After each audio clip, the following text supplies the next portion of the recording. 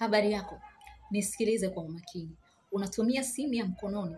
Kama unatumia simu ya mkononi, basi ujue Israeli ni sehemu ya hiyo simu uliyoishika. Haya si maneno yangu, ni maneno ambayo yamenukuliwa katika vyombo vya habari kutoka kwa kiongozi wa Israeli anayeitwa Benjamin Netanyahu. Akimaanisha kwamba teknolojia za Israeli ziko karibu katika kila simu ya mkononi ya mtu ambaye anatumia. Na je, maneno haya ni ya kweli? Maneno haya kwa wale ambao wanafuatilia utengenezaji wa teknolojia duniani ni ya kweli kabisa. Karibu kila simu ya mtu ya mkononi, iwe imetoka katika nchi yoyote ile, iwe kutoka nchi za magharibi, China, Korea, lazima kuna Uisraeli ndani yake. Kutokana na hili, ndio maana hawa watu ni wazuri sana katika kudurufu mawasiliano ya watu. Yaani wakitaka kukusaka na kupata kirahisi sana kama unatumia simu hizi za mkononi, yani smartphones. Na hii ni kutokana kwamba kama nilivyosema, wao ni sehemu ya karibu kila simu hapa duniani.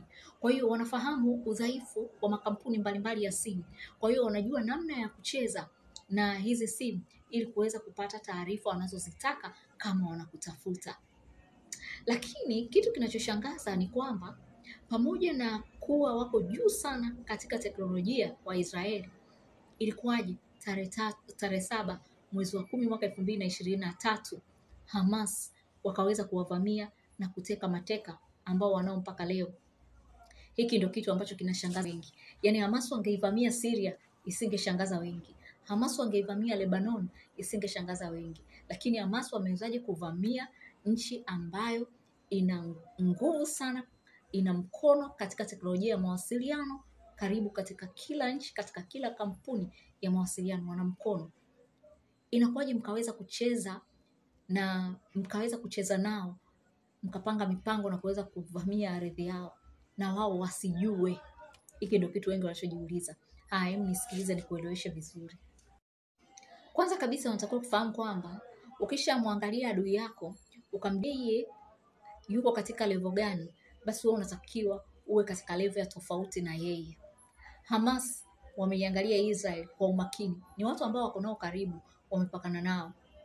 Wamewasoma kwa umakini, wanawafahamu kwamba Waisraeli ni mabingwa wa teknolojia za mawasiliano. Ni mabingwa wa teknolojia ya AI. Kwa hiyo hao watu, wewe ukitaka kwenda kushindana nao kupitia masuala ya teknolojia hautaweza. Kwa hiyo walichokifanya Hamas, kwa kuwa wanajua hawa watu wako juu sana kiteknolojia, wao wakashuka chini sana. Kwa hiyo Israeli wanaishi mwaka 2025 au 2030 kwa teknolojia walizonazo. Hamas wao walishuka wakaishi miaka 1800. Umenielewa eh? Kwa hiyo kilichokuwa kimeendelea ni kwamba wakati Hamas wanafanya mipango yao ya uvamizi, walikuwa wanafanya kwa kutumia mawasiliano ya kizamani. Simu za landline ndio walikuwa wanatumia.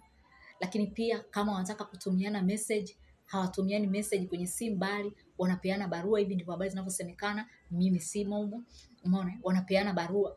Misindo ile ya kizamani. Unampa mtu barua anapelekewa mhusika. Ndivyo hivyo. Umeona? Wanatumia Telegram hii ya maandishi ya kuandika kama zamani ilivyokuwa inafanyika. Kwa hiyo wao wakawa hivyo. Wakitaka kukutana kwenye kikao wanaitana kwa mdomo, wanakutana. Umeona? Kwa hiyo walishuka wakawa wao wanaishi miaka 1800 badala ya kuishi mwaka 2023 kama kipindi kile ambavyo walipofanya hilo tukio. Hichi kitendo kikao kimewapoteza kabisa Israeli, kwa sababu Israeli wao walikuwa busy kusikiliza mazungumzo ya Hamas katika mawasiliano haya ya teknolojia, simu, mambo ya internet. Walikuwa wanawafuatilia kwa kila namna kwenye simu zao, laptops, kila aina ya teknolojia ambao wanajua kucheza nayo. Israel walikuwa busy wanawafuatilia. Sasa kilichokuwa kinatokea ni kwamba walikuwa hawaoni, hawasikii chochote, hawasikii mipango yote zaidi tu ya kusikia naona wakisalimiana. Umenielewa? Naona tu wako nasikia habari za salamu alaykum. Umenielewa eh? Ya kuitana tu, Ahmed njoo huku, sijui fulani, umenielewa? Lakini habari za kusikia wanapanga mikakati ya kibabe ya kufanya tukio wakawa hawasikii. Wanasikia tu wanaitana kula, wanaitana sijui kufanya hiki basi. Kwa hiyo Israel wakawapuuza. Wakaona hawa wameishiwa sera Sasa hivi inawezekana hawana hela, hawana budget ya kufanya tukio lolote, hawana mipango yoyote. Kwa hiyo kwa kifupi, tusiwekeze nguvu kwao, tukawekeze nguvu kwa Hezbollah. Ndio kundi ambalo tishio. Ukiangalia wana wanamgambo wengi kuliko Hamas, ukiangalia wana hela kuliko Hamas, wana silaha nyingi kuliko Hamas. Tuwekeni nguvu kwa Hezbollah. Kwa hiyo habari zinasema kwamba Israel wakaenda kujaza wanajeshi wengi zaidi kule Israel ya kaskazini, na Israel ya kaskazini ndo imepakana na Lebanoni upande wa kusini ambapo ndo Hezbollah wanapatawala, ndo wakaenda kujaza wanajeshi kule. Huku katika mpaka wao wa Gaza wakapaacha pamelegea, lakini pia kwa kuwa walikuwa wanaamini katika teknolojia zao, kwa hiyo huku wakapaacha panalindwa zaidi na teknolojia kuliko na wanajeshi. Kwa hiyo wanajeshi wako kidogo, teknolojia ndo zimeshika nafasi, alafu wanajeshi wengi wako kule kaskazini kwa ajili ya kuwawinda Hezbollah. Kumbe Hamas walikuwa tayari wao wameshapanga mipangilio yao, mambo yanaenda vizuri, na hatimaye tukakishuhudia tulichokishuhudia tarehe 7 mwezi wa 10. Na wengi walishangazwa. Wanajeshi wa Israel walikutwa wachache kule mpakani. Walichokifanya Hamas siku ya tukio ni kuzima mawasiliano, minara ya mawasiliano ya Israeli, kuzima kamera kule mipakani. Kwa hiyo wakaweza kuzima zile teknolojia na kusonga mbele, kwa sababu walishajua kabisa kuna wanajeshi wachache. Wanajeshi wa Israeli walishuhudiwa wanawakimbia wanamgambo wa Hamas. Umeelewa? Yaani mwanajeshi anamkimbia mwanamgambo. Hiko ndio kilichotokea tarehe 7 Oktoba.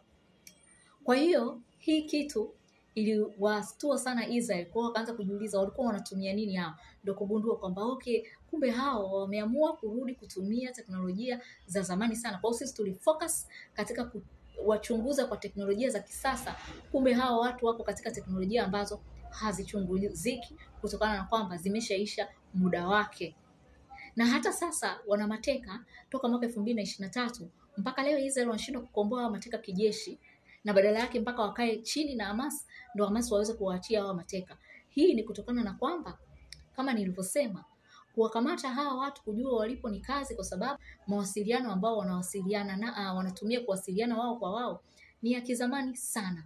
Lakini pia pengine Israel wangeweza kutumia majasusi watu au kuwalaghai labda members wa Hamas wasaliti kambi. Ila bwana, habari zinasema Hamas wakikudaka umewasaliti, habari zinasema utakachokipata hautasahau tena. Bora uwasaliti kwa wengine wote, usiende kuwasaliti kwa Israeli. Nasikia adhabu yake huwa ni balaa. Kwa hiyo kusaliti wa members wa Hamas huwa hawawezi kusaliti. Ndio maana hata Netanyahu aliweka dau kubwa la hela, lakini bado alisema aliweka dau kubwa la hela kwamba members wa Hamas ukiachia mateka mmoja, nafikiri sio unapata kwenye dola milioni 5 kitu kama hicho.